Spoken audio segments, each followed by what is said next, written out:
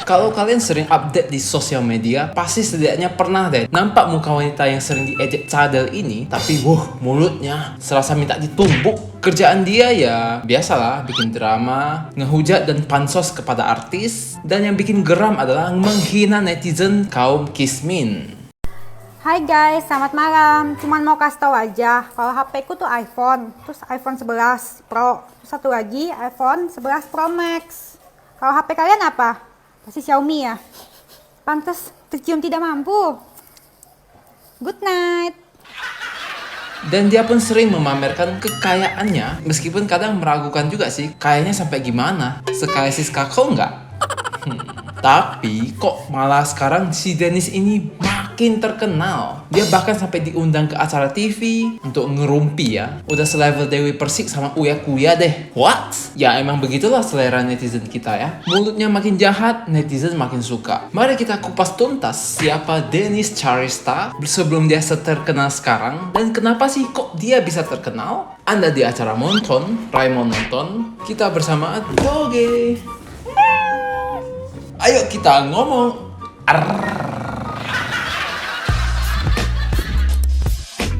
Siapakah Dennis Charista alias Mbak R ini? Awal mula Dennis dikenal di dunia hiburan adalah ketika akhir 2020 lalu. Ketika itu, dia mengupload video TikTok dengan menyombongkan diri bersama teman-temannya, mengatakan bahwa mereka adalah orang kaya karena nongkrongnya di mall, sambil ngejek-ngejek netizen yang nongkrongnya di angkringan. Hai guys, selamat malam. Malam semua. Gue mau kasih tahu aja nih, kalau kita tuh orang kaya tuh nongkrongnya di mall. Di mall ya. Mall. Minuman mahal semua. Mallnya mall mewah. Kalau kalian di mana? Di pinggiran ya. Pinggiran ya. Males. Aduh, kalau di pinggiran ya udah kasih teman kita, maaf ya. Maaf ya. Kita nih orang kaya nih nongkrong di mall, mahal, mewah. Kalian di angkringan ya, miskin lu. Canda. Namun ternyata video tersebut menuai banyak sekali komentar negatif dari netizen. Netizen menghujat dia, tapi si Dennis Charista ini makin menjadi perbincangan alias semakin viral. Hebohnya video TikTok itu juga mendapat banyak respon dari berbagai pihak, termasuk dari Denny Cagur, Melvin Tenggara, dan banyak sekali sultan-sultan lainnya yang ikut mengomentari video Dennis Charista itu. Tak sampai di situ saja, Dennis sampai diundang ke acara Rumpi di Trans TV yang di-host oleh Feni Rose. Di sana, Dennis mengaku kalau kontennya tersebut hanya untuk hiburan semata, dan dia juga bangga sampai bisa diundang ke acara TV dan juga dikomentari oleh artis-artis papan atas. Itu pertamanya ya untuk menghibur. Terus Menghibur? jadi menghibur. Serius? Pertamanya itu aku emang demen makan di pinggiran juga. Oh, itu Nah. khususnya untuk menghibur. Menghibur. Nah itu aku demen makan di pinggiran. Terus waktu itu aku pernah dihujat sama temanku, lu ngapain makan di pinggiran? Oh. Terus aku jadiin konten. Oh, jadi itu kamu sebenarnya bercandaan internal teman-teman. Teman. Yalah, gimana gak bangga? Ngehujat orang dan pamer-pamer harta aja bisa masuk TV. Miris ya, tapi ya begitulah orang Indonesia dengan culture-nya yang membuat orang tidak berfaedah seperti ini semakin terkenal. Sedangkan orang-orang yang mengedukasi seperti kita berdua, saya dan Doge, tenggelam di telan samudra. Cukup sudahi kesedihan ini. Mari kita lihat beberapa kompilasi TikTok Dennis Charista ini yang pamer dan kontroversial banget dan menghina orang kismin seperti kita. Kayaknya semua orang yang nggak cadel jadi pengen ikutan cadel juga sekarang. Ayo semua ngomong R, 1, 2, 3, R. Bangga karena prestasi, no. Bangga karena dihujat, yes. Lu kira semua orang bisa dihujat? Ya gue bangga lah. Lu bisa gak dihujat? Ini kamar yang gue booking cuman buat TikTokan doang, guys. Nih. Jadi udah jelas kan, gue kalau bikin video gak ngasal. Ini buat TikTokan doang. Apa? Harga? Mendingan gak usah ngomong deh, guys. Nanti lu pingsan lagi dengarnya. Selain aktif menghina kaum kismin, Dennis juga adalah seorang YouTuber dengan jumlah subscribernya lebih dari 100.000. Dia juga merilis lagu single terbarunya berjudul Gila pada Mei 2021 dengan views sudah lebih dari 3,4 juta di YouTube. Cukup kalian hujat aku terus, hati-hati lama-lama naksir sama gue.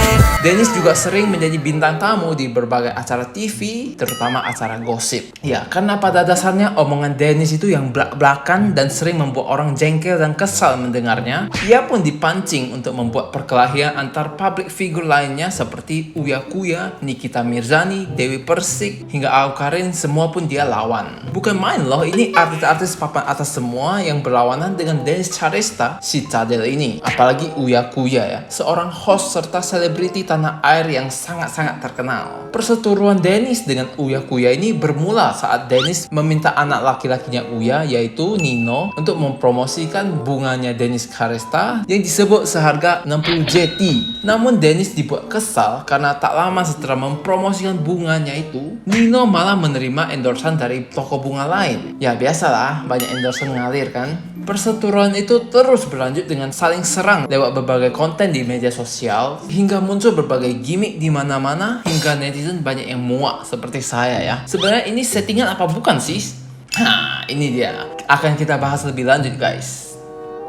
Selain terkenal sebagai selebgram dan bintang televisi, Dennis Charesta juga memiliki sejumlah bisnis. Seperti bisnis buket bunga yang tadi bernama Fleur de DC yang harga hiasan bunganya bisa berjeti-jeti guys. Buket bunga gitu ya. Dan dia juga memiliki bisnis coffee bernama DC Coffee. DC itu mungkin Dennis Charesta Coffee ya. Nah, apakah perseteruan Dennis dengan sejumlah artis ini adalah settingan? Sebagian besar saya yakin adalah iya. Kenapa? Menurut saya dan Doge, Dennis ini adalah orang yang super genius.